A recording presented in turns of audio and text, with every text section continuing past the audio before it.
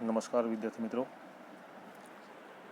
વિશ્વગ્રામ વિદ્યાપીઠ, વિશ્વગ્રામ શૈક્ષણિક સંકુલ વડાલની યુટ્યુબ ચેનલમાં આપ તમામ વિદ્યાર્થી મિત્રોનું સ્વાગત છે. ધોરણ 10 સામાજિક વિજ્ઞાનનું પ્રકરણ 5 આજે આપણે શરૂ કરીએ છીએ. ભારતનો વિજ્ઞાન અને ટેકનોલોજીનો વારસો. આપણે જાણીએ છીએ કે સમગ્ર વિશ્વ આજે વિજ્ઞાન અને ટેકનોલોજીમાં ધીમે ધીમે ઘણા બધા સંશોધનો કરી અને આપણને એક આધુનિક દુનિયા, આધુનિક વિશ્વ તરફ લઈ ગયા. એવી જ રીતે ભારતે પણ પ્રાચીન સમયથી અત્યાર સુધી નવા નવા વિજ્ઞાન ક્ષેત્રે, ટેકનોલોજી ક્ષેત્રે નવા નવા સંશોધનો કર્યા. તો પાઠની શરૂઆતમાં આપણે વિજ્ઞાન અને ટેકનોલોજી ક્ષેત્રે જે સંશોધનો થયા તેમણે વિશ્વના દેશોને નજીક લાવી દીધા. નજીક લાવી દીધા એટલે આજે કોઈ પણ દેશની સાથે કદાચ કોઈ પણ પ્રકારનો વ્યવહાર કરવો હોય, કોઈ પણ પ્રકારની વસ્તુની આયાત નિકાસ કરવી હોય, તો એટલા બધા ટેકનોલોજી ક્ષેત્રે વિકાસ થયા છે. નવા નવા યંત્રો, વાહનોની શોધ થઈ, જેથી કરીને એક દેશથી બીજા દેશ જવાનું અંતર ઘટી ગયું છે. આજે વર્ષો પહેલાંની વાત કરીએ આપણે તો વાહન વ્યવહારની અંદર કોઈ પણ વસ્તુ હતી નહીં. માત્ર ને માત્ર પશુ ઉપર જ, ઘોડા, ગાડા, ઊંટ જેવા પશુઓ દ્વારા એક સ્થળથી બીજા સ્થળે જવાનું માધ્યમ હતું. એ ઘણા લાંબા સમયની મુસાફરી બાદ આપણે એક સ્થળથી બીજા સ્થળે પહોંચીએ. આજે આધુનિક મશીન આવી ગયા છે, નવા નવા વાહનોની શોધ થઈ છે, એટલા માટે ઝડપથી એક સ્થળથી બીજા સ્થળ આપણે પહોંચી શકીએ. એવી રીતે નજીક લઈ આવ્યા છીએ. ત્યારબાદ વિશ્વના કોઈ પણ દેશ સાથે આપણે કદાચ વાતચીત કરવી હોય તો આપણે ટેલિફોનિક દ્વારા વાત કરી શકીએ છીએ. આપણે ઇન્ટરનેટના માધ્યમથી આપણે તમામ પ્રકારની માહિતી પ્રાપ્ત કરી શકીએ છીએ. તો આ રીતે આજે સંશોધનોએ વિશ્વના દેશોને નજીક લાવી દીધા. દેશ વચ્ચેના અંતર એટલે કે આંતર વ્યવહારો સરળ બન્યા છે. દેશ વચ્ચેના દરેક દેશની અંદર કોઈ પણ પ્રકારના વ્યવહારો આપણે જે આયાત નિકાસ કરીએ છીએ, વસ્તુની આપ-લે થાય છે, અથવા તો વ્યક્તિઓ જાય છે, આવે છે, આ બધા જ પ્રકારના વ્યવહારો સરળ બની ગયા છે. કારણ ટેકનોલોજીનો વિકાસ. વિશ્વના તમામ દેશો વચ્ચે સહયોગ વધ્યો છે, નવો અભિગમ ઉદ્ભવ્યો છે. રાષ્ટ્ર વિશ્વ શાંતિ અને સહ અસ્તિત્વ તરફ અભિમુખ થયા છે. વિજ્ઞાન એટલે વ્યવસ્થિત જ્ઞાન અને ટેકનોલોજી એટલે વિજ્ઞાનની વ્યાવહારિક ઉપયોગિતા. વિજ્ઞાન અને ટેકનોલોજી બંને શબ્દો ભિન્ન હોવા છતાં જોડાયેલા છે. તો આપણે અત્યારના સમયની અંદર જે વિજ્ઞાન ટેકનોલોજીમાં જે વિકાસ થયો છે એની વાત થઈ. હવે આપણે વાત કરવી છે આપણો મહત્ત્વનો મુદ્દો, પહેલો મુદ્દો, પ્રાચીન ભારતનો વિજ્ઞાનના ક્ષેત્રે વારસો. આપણા ભારતની અંદર પણ પ્રાચીન સમયની અંદર કંઈક નવા નવા સંશોધનો થયા હશે. તો એ સમયનું એ વિજ્ઞાન અને ટેકનોલોજી એવું કહી શકાય, એ આપણને વારસામાં મળ્યું છે. એમાં જોઈએ આપણા પ્રાચીન ભારતના મહાન ઋષિઓએ વિજ્ઞાનના ક્ષેત્રે અમૂલ્ય વારસો વિશ્વને આપ્યો છે. સમગ્ર વિશ્વને, માત્ર ભારત એકને જ નહીં, દરેક દેશને આપણા દેશ એટલે કે ભારતે કંઈક નવું સંશોધન કરીને, નવી ટેકનોલોજી શોધીને, એ સમયની અંદર ઋષિમુનિઓના સમયની વાત છે, એ સમયની અંદર કંઈક નવું સંશોધન કરી અને આખા વિશ્વને આપ્યું. એમાં ધાતુ વિદ્યા, રસાયણ વિદ્યા, વૈદક વિદ્યા, શૈલ્ય ચિકિત્સા, ગણિતશાસ્ત્ર, ખગોળશાસ્ત્ર, જ્યોતિષશાસ્ત્ર, વાસ્તુશાસ્ત્ર, ભૌતિકશાસ્ત્ર જેવા વિજ્ઞાનના અનેક ક્ષેત્રોમાં આપણા ઋષિમુનિઓએ મહત્તમ ફાળો આપ્યો છે, જે આપણા માટે ગૌરવની વાત છે. આજે વિશ્વ આખાને આપણે મહત્ત્વની વસ્તુઓ, ધાતુ વિદ્યા છે, રસાયણ વિદ્યા છે, ચિકિત્સા છે, સૌથી મહત્ત્વની વાત હોય તો ગણિતશાસ્ત્ર છે. શૂન્યની શોધ કરીને આર્યભટ્ટે આખા વિશ્વને આપ્યું કે શૂન્યનું શું મહત્ત્વ છે.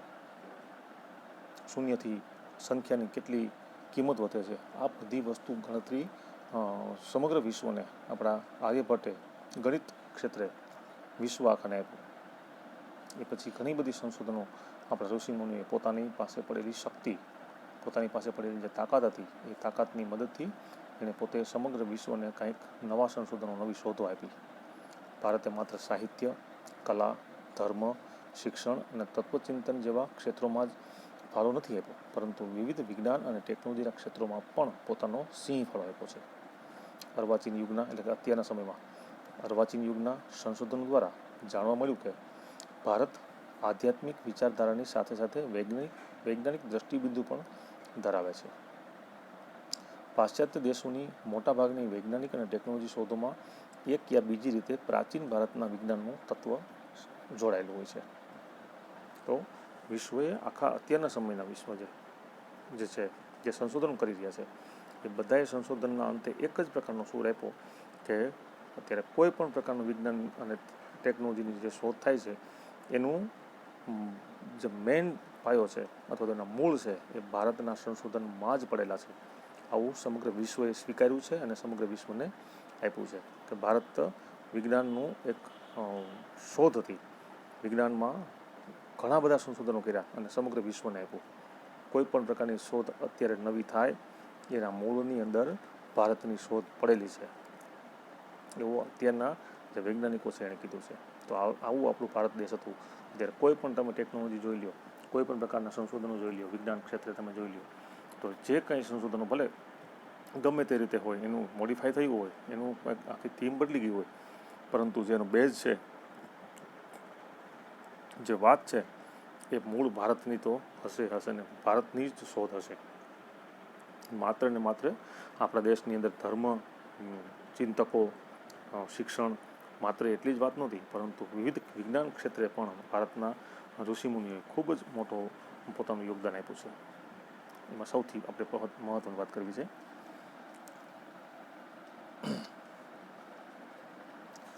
ધાતુ વિદ્યા. ભારતે ધાતુ વિદ્યા સમગ્ર વિશ્વને કઈ રીતે આપી એ જોઈએ. પ્રાચીન કાળથી જ ભારતના લોકો ધાતુ વિદ્યાનો પોતાના વ્યવહારિક જીવનમાં ઉપયોગ કરે છે. પ્રાચીન ભારતે ધાતુ વિદ્યામાં અદ્વિતીય સિદ્ધિઓ હાંસલ કરી હતી.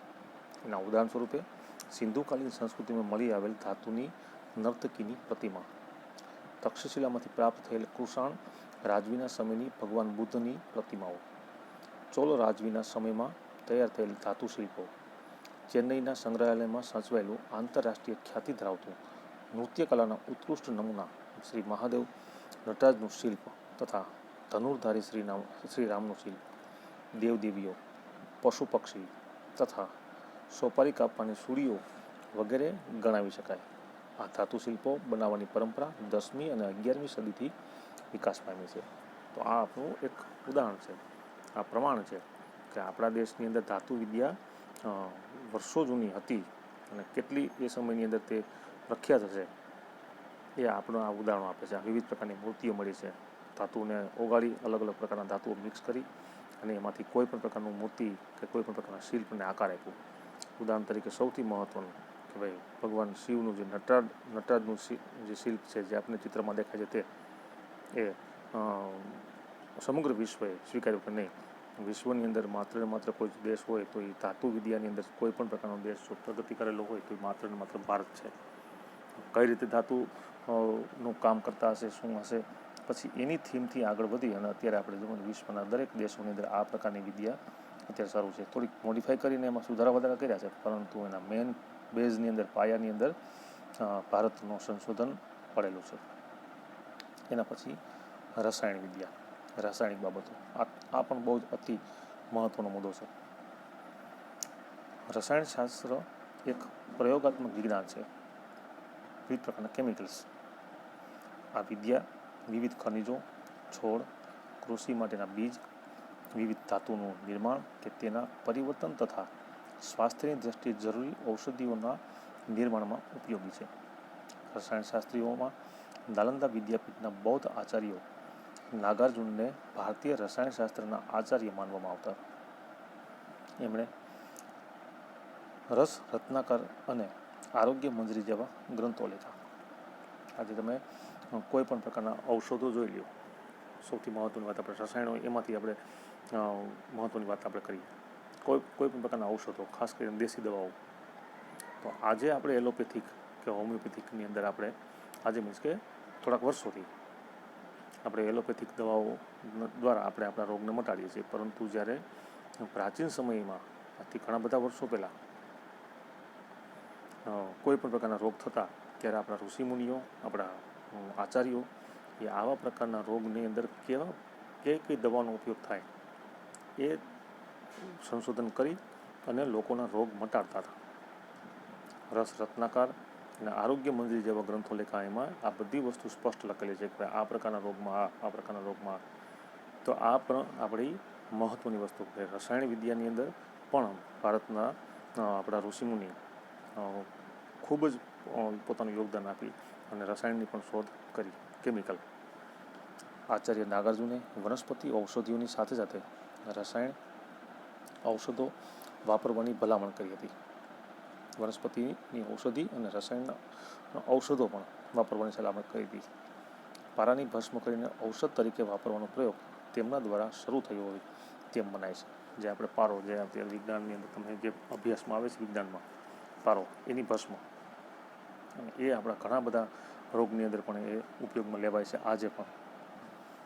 નાલંદા વિદ્યાપીઠમાં રસાયણ વિદ્યાના અભ્યાસ અને સંશોધન માટે પોતાની અલગ રસાયણ શાળા અને ભઠ્ઠીઓ હતી. રસાયણશાસ્ત્રોના ગ્રંથોમાં મુખ્ય રસ, ઉપરસ, 10 પ્રકારના વિવિધ તેમજ વિવિધ પ્રકારના ક્ષારો અને ધાતુઓની ભસ્મનું પણ વર્ણન મળે છે. અલગ અલગ પ્રકારના ધાતુઓની ભસ્મ, અલગ અલગ પ્રકારના રસ, અમુક પાનના, અમુક ઔષધના, અમુક ઝાડના, અમુક મૂળના, એવી રીતના અલગ અલગ પ્રકારના રસ, અમુક પ્રકારની ભસ્મ, એટલે કે ધાતુની ભસ્મ. આ રોગની અંદર આ ભસ્મ ઉપયોગમાં આવે, આ પ્રકારના શરીરના સ્વાસ્થ્યની અંદર આ ભસ્મ ઉપયોગમાં આવે, આવું આપણા ઋષિમુનિઓએ આપણે ભલામણ કરી છે. રસાયણ વિદ્યાની ઉત્કૃષ્ટતા તો ધાતુમાંથી બનાવેલી ભગવાન બુદ્ધની મૂર્તિઓમાં દ્રશ્યમાન થાય છે. 7.5 ફૂટ ઊંચી, 1 ટન વજન ધરાવતી તામ્ર મૂર્તિ સુલતાનગંજ, બિહારમાંથી મળી આવી છે. 18 ફૂટ ઊંચી ભગવાન બુદ્ધની પ્રતિમા નાલંદામાંથી મળી આવી છે. 7 ટન વજન ધરાવતો અને 24 ફૂટ ઊંચો સમ્રાટ ચંદ્રગુપ્ત બીજાએ વિક્રમાદિત્ય દિલ્હીમાં નિર્માણ કરાવેલા વિજય સ્તંભને હજી સુધી વરસાદ, ટાઢ કે તડકામાં આટલા વર્ષો હોવા છતાં કાટ લાગ્યો નથી. આ ભારતની રસાયણ વિદ્યાના ઉત્તમ નમૂના છે, જે તમને સ્ક્રીન પર દેખાય છે. તે સ્તંભ એક પ્રકારનો થાંભલો, ધાતુનો થાંભલો છે. આટલું બધું સમય થઈ ગયો, એની પર વરસાદ પડેલો છે, તડકો પડ્યો છે, તેમ છતાં એમાં કાટ સહેજ પણ લાગ્યો નથી. શું દર્શાવે છે કે રસાયણની અંદર એવા પ્રકારના ધાતુની અંદર એવા પ્રકારની રસ અથવા રસાયણ અથવા કેમિકલનું મિક્સ કર્યું હોય છે, જેથી કરીને કાટ નથી લાગ્યો. બાકી કોઈ પણ પ્રકારનું ધાતુ હોય, પછી પિત્તળ હોય, ત્રાંબુ હોય કે લોખંડ હોય કે કોઈ પણ હોય, કોઈ પણ ધાતુને સમયે કાંઈક ને કાંઈક એમાં વાતાવરણની અસર થવાના કારણે કાટ જેવું જોવા મળે છે. પરંતુ આની અંદર એવા પ્રકારના કેમિકલ મિક્સ કર્યા છે, જેથી કરીને એમાં કાટ જેવો એમાં કોઈ જગ્યાએ તમને નમૂનો જોવા મળતા નથી. એના પછી વૈદિક વિદ્યા કૌશલ્ય ચિકિત્સા, એટલે કે આપણા શરીરનું જે કંઈ બીમારી છે, કોઈ પણ પ્રકારની તકલીફ છે, આપણી સ્વાસ્થ્યની જે વાત છે, એના અંદર પણ આપણા મહાન જે ઋષિમુનિઓ કહેવાય એવા મહર્ષિ ચરક અને મહર્ષિ સુશ્રુત નામના જે આપણા ઔષધના એટલે કે ચિકિત્સાના જે મહાન ઋષિમુનિઓ થઈ ગયા, એની વાત આપણે કરીએ. અને ખૂબ જ અતિ મહત્ત્વની વાત છે. પ્રાચીન સમયથી ભારતે વૈદિક વિદ્યા અને શૈલ ચિકિત્સા ક્ષેત્રે અભૂતપૂર્વ સિદ્ધિ પ્રાપ્ત કરી છે. ભારતીય વૈદિક શાસ્ત્રના મહાન પ્રણેતાઓ મહર્ષિ ચરક અને મહર્ષિ સુશ્રુત તથા વાઘભટ્ટે પોતાના સંશોધનોથી વૈદિક શાસ્ત્રના ઉચ્ચતમ શિખરો સર કર્યા છે. મહર્ષિ ચરકે ચરક સંહિતાના નામના ગ્રંથમાં 2000 ઉપરાંત વનસ્પતિ ઔષધિઓનું વર્ણન કર્યું છે.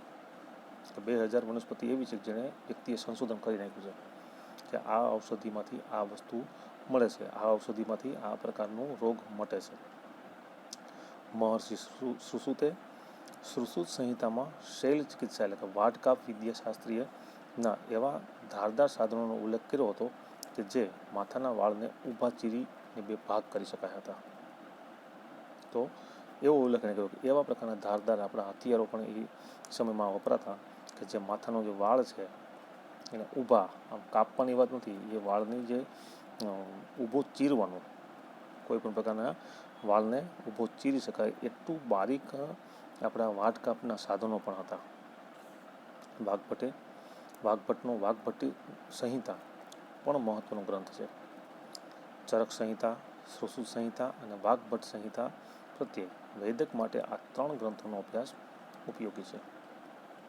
પ્રાચીન ભારતના હિન્દુઓના ઔષધશાસ્ત્રમાં ખનિજ, વનસ્પતિ અને પ્રાણીઓની ઔષધિઓનો વિશાળ સંગ્રહ સમાયેલો છે. દવા બનાવવાની ઝીણવટભરી વિધિઓની સાથે દવાઓનું વર્ગીકરણ તથા દવાના ઉપયોગ માટેના સૂચનો પણ આપવામાં આવ્યા છે. વાટકાપ કરવા માટે પ્યાલા આકારનો પાટો બાંધી લોહીનું પરિભ્રમણ અટકાવતા. પેડું, મૂત્રાશય, સાળંગાંઠ, મોતિયો, પથરી, હરસ, ભાંગેલા હાડકાને બેસાડવા અને શરીરમાં ઘૂસી ગયેલા પદાર્થોને બહાર કાઢવાની તમામ બાબતોમાં ભારતીયોની નિપુણતા હતી. તૂટેલા કાન કે નાકની સારવાર અને પ્લાસ્ટિક સર્જરી પણ તે જાણકાર હતા. મૃત શરીરના વાટકાપ કે મીણના પુતરાના દ્વારા પ્રત્યક્ષ જ્ઞાન પણ વિદ્યાર્થીઓને આપતા. તો આટલું આપણું મહત્ત્વ કે ભાઈ કોઈ પણ પ્રકારનો રોગ હોય એ સમયની અંદર એની બધી જ પ્રકારની દવા એની પાસે હતી. વાટકાપ સુધીની પણ એની પાસે તૈયારી હતી. અત્યારે વાટકાપ કરવું હોય તો એ જે વ્યક્તિ છે એને કોઈ પણ પ્રકારની બીમારી છે તો એને કદાચ ઇન્જેક્શન આપવું પડે, તમામ પ્રકારના સાધનો સ્ટરીલાઇઝ કરવા પડે, દવાઓ, મેડિસિન, આ તે એન્ટીબાયોટિક જેવી ઘણી બધી સાધનોથી એ વ્યક્તિનો વાટકાપ થાય. પરંતુ એ સમયની અંદર લોહીને બંધ કરવા માટે પણ એની પાસે ટેકનિક હતી કે શરીરના જે ભાગની અંદર એને વાટકાપ કરવો છે તો ત્યાં કોઈ પણ પ્રકારની લોહી વધારે વહી ન જાય આ માટેની પણ એની પાસે ટેકનિક હતી. કોઈ પણ પ્રકારના શરીરની અંદર ગમે તે પ્રકારની બીમારી હોય, પ્લાસ્ટિક સર્જરી પણ કરતા. મીણના પૂતળા અને મૃત શરીરમાંથી તે વિદ્યાર્થીઓને જ્ઞાન પણ આપતા. પ્રસૂતિ વખતના જોખમી ઓપરેશનો પણ કરતા. તેઓ સ્ત્રી તથા બાળ રોગના નિષ્ણાત પણ હતા. રોગોના કારણો અને ચિહ્નોનું વર્ગીકરણ કરી તેનું નિદાન કરી રોગ મટ્યા પછી પાળવાની પરેજી પણ આપતા હતા. કોઈ પણ પ્રકારના બાળ રોગો હોય કે કોઈ પણ સ્ત્રી રોગો હોય એના પણ તે જાણકાર હતા. અને એ રોગનું ચિહ્નોનું વર્ગીકરણ કે આ રોગ છે તો એનું ચિહ્ન શું, હવે આ, તો એનું વર્ગીકરણ કરી અને એની દવા કરતા. આજે આપણે સમગ્ર વિશ્વમાં લ્યો કોરોનાની અંદર સપડાઈ ગયો છે તો એની દવા વિશ્વ પાસે નથી, પરંતુ આપણે ભારતની પાસે એની મૂળ દવાઓ એટલે કે આપણી ઔષધો છે. આપણે એનો ઉપયોગ પણ કરીએ છીએ, હળદરનો ઉપયોગ કરીએ છીએ, સૂંઠનો ઉપયોગ કરીએ છીએ, નાશ લઈએ છીએ. તો આ શું છે, આ આપણે આપણા મૂળની અંદર પડ્યું કે આવા પ્રકારની કોઈ પણ પ્રકારની બીમારી થાય તો આપણે એનો ઈલાજ કરી શકીએ છીએ. રોગ પ્રતિકારક શક્તિ વધારવા માટે શું, તો આપણે ઉકાળા પીએ છીએ.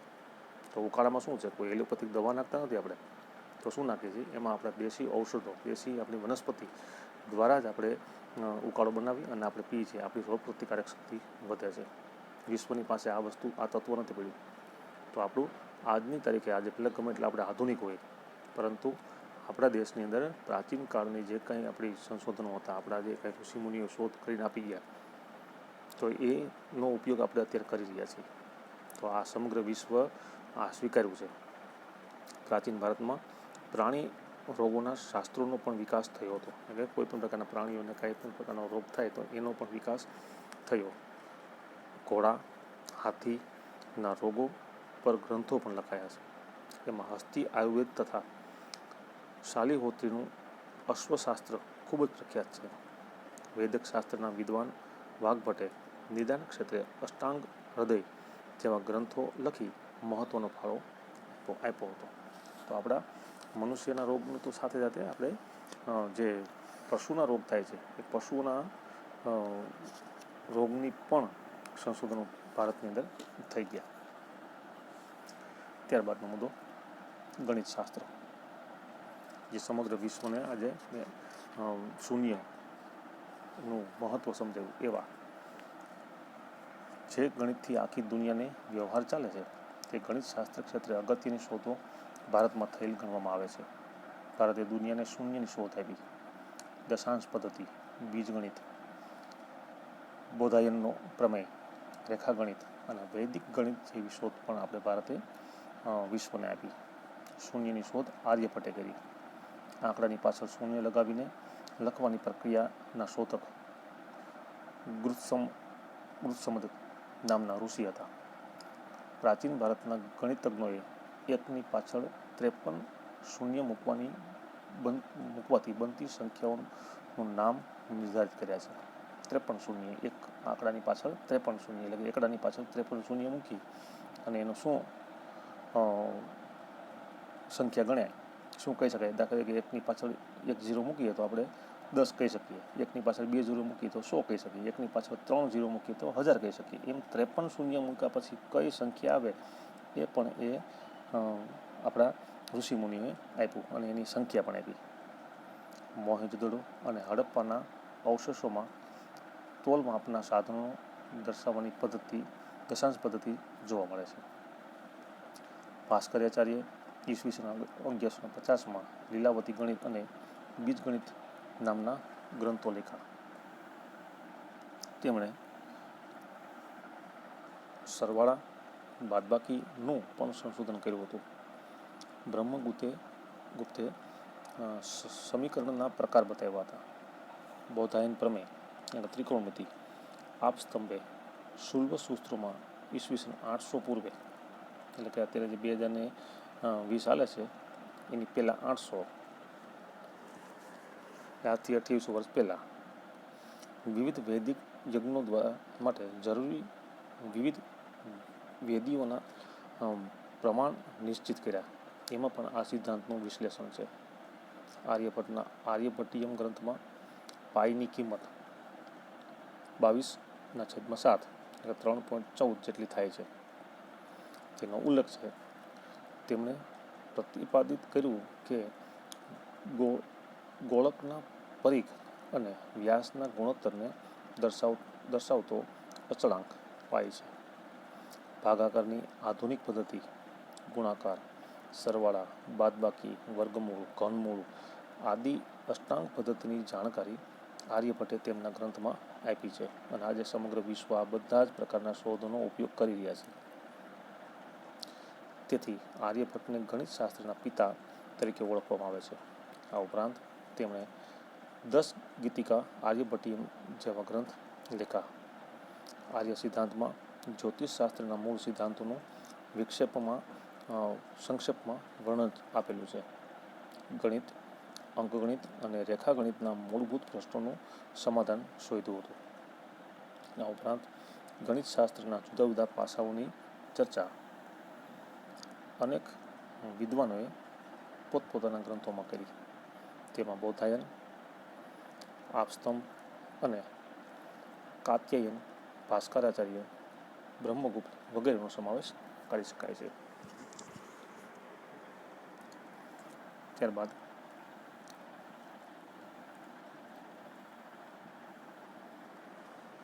ટેક્સ્ટ બુકની અંદર અન્ય વિજ્ઞાનો.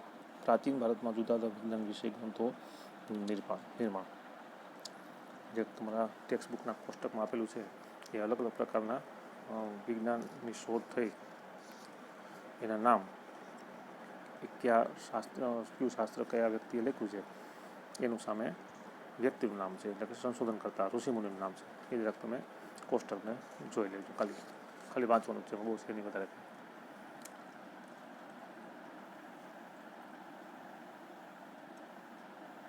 એના પછીનો મુદ્દો ખગોળશાસ્ત્ર અને જ્યોતિષશાસ્ત્ર. શાસ્ત્રોમાં ખગોળશાસ્ત્ર સૌથી પ્રાચીન છે. ખગોળ એટલે આખું બ્રહ્માંડ. ખગોળશાસ્ત્રને લગતા ઘણા ગ્રંથો ભારતમાં લખાયા. આ બધા જ ગ્રંથોનો પ્રાચીન વિદ્યાપીઠોમાં વ્યવસ્થિત અને ઊંડો અભ્યાસ કરવામાં આવતો હતો. ગ્રહો અને તેમની ગતિ, નક્ષત્રો તથા અન્ય આકાશી પદાર્થો વગેરે ઉપરથી ગણતરી કરીને ખગોળ અને જ્યોતિષશાસ્ત્રનો સારો એવો વિકાસ થયો હતો. ખાસ કરીને ગ્રહો ઉપરથી ફળ પ્રમાણે જ્યોતિષ ફલિત કરવામાં આવતું હતું, જેમના નામ પરથી ભારતના પ્રથમ ઉપગ્રહનું નામ આર્યભટ્ટ રાખવામાં આવ્યું. તે આર્યભટ્ટનું ખગોળ વિજ્ઞાન ક્ષેત્રે મહત્વનું યોગદાન છે કે બ્રહ્માંડમાં આટલા ગ્રહો છે, બ્રહ્માંડ છે, આ પૃથ્વી આવી રીતે છે, આવી ગોળ છે, આટલા ગ્રહો છે, આટલું ગ્રહની ગતિ આ છે, આ દિશા છે, આટલું દૂર છે. આ તમામ પ્રકારના પોતાની પાસે પડેલી જે શક્તિ હતી એ શક્તિના માધ્યમથી એણે સંશોધન કરીને વિશ્વને આપ્યું. આજે વિશ્વના જે આપણે વૈજ્ઞાનિકો છે એ હવે દૂરબીન લઈને જોવે છે કે આ ગ્રહ અહીંયા છે, આ ગ્રહ અહીંયા છે. આ તો હજારો વર્ષો પહેલાં આપણા ઋષિમુનિએ કહી દીધું કે આટલા ગ્રહો છે બ્રહ્માંડની અંદર, આવા પ્રકારના ગ્રહો છે, આ ગ્રહનો કલર આ છે, આ ગતિ આ છે, આ ફરે છે, ઓલો ફરે છે. આ બધી જ પ્રકારની બાબતો આપણા ઋષિમુનિએ એના પોતાની પાસે પડેલી શક્તિ પ્રમાણે, એની પાસે પડેલું ધ્યાન એના પ્રમાણે એણે આપણા ઋષિમુનિએ સમગ્ર વિશ્વને કહી દીધું. તેમણે પૃથ્વી પોતાની ધરી પર ફરે છે તથા ચંદ્રગ્રહણનું સાચું કારણ પૃથ્વીનો પડછાયો છે તેમ સાબિત કર્યું હતું, જેને વિદ્વાનો અજરભર નામથી સંબોધતા હતા.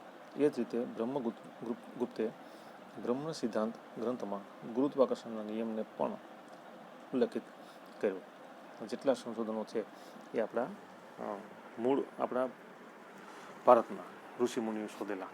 પછી કોઈ પણ પ્રકારનું શોધ, જેમ મેં તમને પહેલાં વાત કરી એમ, કોઈ પણ પ્રકારની શોધ હશે એની પાછળ મૂળ એનું ભારત હશે ને હશે જ.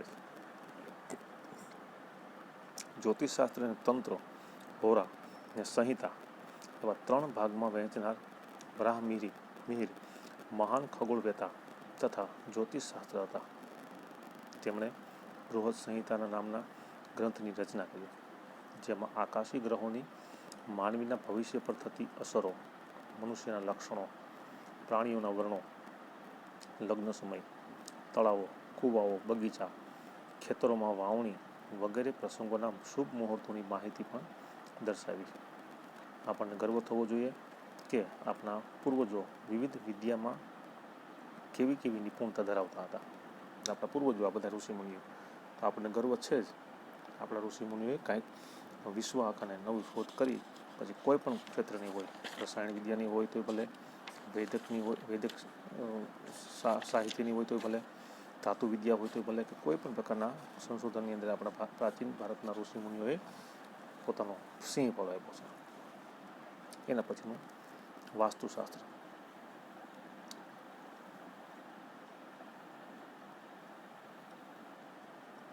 પ્રાચીન ભારતનું વાસ્તુશાસ્ત્ર ક્ષેત્રે મહત્વનું પ્રદાન છે.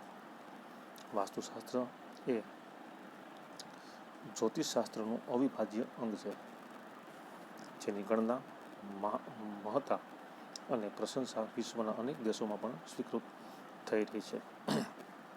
પ્રાચીન ભારતમાં બ્રહ્મા, નારદ, બૃહસ્પતિ, ભૃગુ, વશિષ્ઠ, વિશ્વકર્મા જેવા વિદ્વાનોનું વાસ્તુશાસ્ત્રના અનોખું પ્રદાન છે.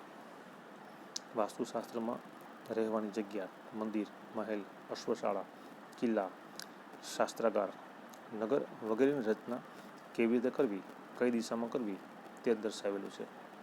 કે આ દિશામાં મંદિર રાખવાથી આમ થાય, આ દિશામાં કિલ્લાઓ બાંધવાથી આમ થાય, આ દિશાની અંદર આ પ્રકારની વસ્તુ મૂકવાથી આમ થાય. આ જ્યોતિષશાસ્ત્ર અને વાસ્તુશાસ્ત્રની એક પ્રકારનું બતાવેલી આપણને બાબતો છે. બૃહદ સંહિતામાં વાસ્તુશાસ્ત્રનો ઉલ્લેખ જોવા મળે છે. 15મી સદીમાં મેવાડના રાણા કુંભાએ વાસ્તુશાસ્ત્રનો પુનરુદ્ધાર કરાવ્યો. વાસ્તુશાસ્ત્રને 8 ભાગમાં વહેંચનાર દેવોના પ્રથમ સ્થાપિત વિશ્વકર્માને માનવામાં આવે છે. વાસ્તુશાસ્ત્રમાં જગ્યાની પસંદગી, વિવિધ આકારો, રચના, કદ, વસ્તુઓની ગોઠવણી, દેવમંદિર, બ્રહ્મસ્થાન, ભોજનકક્ષ, શયનખંડ આદિ વિવિધ સ્થાનોની માહિતી આપવામાં આવી હોય છે. વાસ્તુશાસ્ત્રના દૃષ્ટિબિંદુમાં હવે પરિવર્તન આવ્યું છે, જ્યારે તેને હવે વિદેશોમાં પણ સ્વીકૃતિ મળી રહી છે. વિદેશમાં પણ હવે વાસ્તુશાસ્ત્ર ધીમે ધીમે ખૂબ જ પ્રચલિત છે. આ જગ્યામાં આમ કરવાથી આમ થાય, આ જગ્યામાં આમ કરવાથી આમ થાય. આ બધું હવે મીડિયા છે એ લોકો, એટલે કે વિશ્વના દેશો હવે એનો ઉપયોગ મીડિયા છે કરવા. કારણ તો છે આપણી સૌથી મહત્ત્વની વસ્તુ એ કે આપણા દેશના ઋષિમુનિઓએ આ શોધ કરી છે અને સમગ્ર વિશ્વને બતાવ્યું. પ્રાચીન ભારતના વિજ્ઞાનનું જ્ઞાન વિશ્વમાં સ્વીકાર્ય થયું. આપણા ભારતની સંસ્કૃતિ વિશાળ અને વૈવિધ્યસભર છે. તેમાં ધર્મ અને વિજ્ઞાન, પરંપરાગત આદર્શો, વ્યવહારિક જ્ઞાન અને સમજણનો સુભગ સમન્વય થયો છે, જે વિશ્વના બહુ ઓછા દેશોમાં છે. આપણી સંસ્કૃતિમાં સહિષ્ણુતા અને સમાનતા જોવા મળે છે. અહીં દરેક વ્યક્તિના ધર્મ, જીવન પદ્ધતિ તથા મૂલ્યોમાં વૈવિધ્ય જોવા મળે છે. છતાં આપણા દેશમાં એકતાના દર્શન થાય છે. વિવિધતામાં એકતા એ ભારતીય સંસ્કૃતિનું મૂળભૂત લક્ષણ છે, એ આપણે ભૂલવું જોઈએ નહીં. તો આપણું વિજ્ઞાન અને ટેકનોલોજી ક્ષેત્રે અલગ અલગ પ્રકારના સંશોધનો, રસાયણ વિદ્યા હોય, ધાતુ વિદ્યા હોય, વૈદક વિદ્યા હોય, ખગોળ હોય, વાસ્તુશાસ્ત્ર હોય, જ્યોતિષશાસ્ત્રો, એમ આપણા પૂર્વજોના જે ઋષિમુનિઓ જે થઈ ગયા એને ખૂબ મોટું યોગદાન આપ્યું અને સમગ્ર વિશ્વને નવી નવી ટેકનોલોજી, નવી નવી શોધો આપી અને આજે સમગ્ર વિશ્વને અંદર ભારતની શોધ આજે પણ વપરાશ થઈ રહ્યો છે. તો આપણો અહીંયા પ્રકરણ નંબર 5 અહીં આપણે પૂર્ણ કરીએ છીએ. ધન્યવાદ.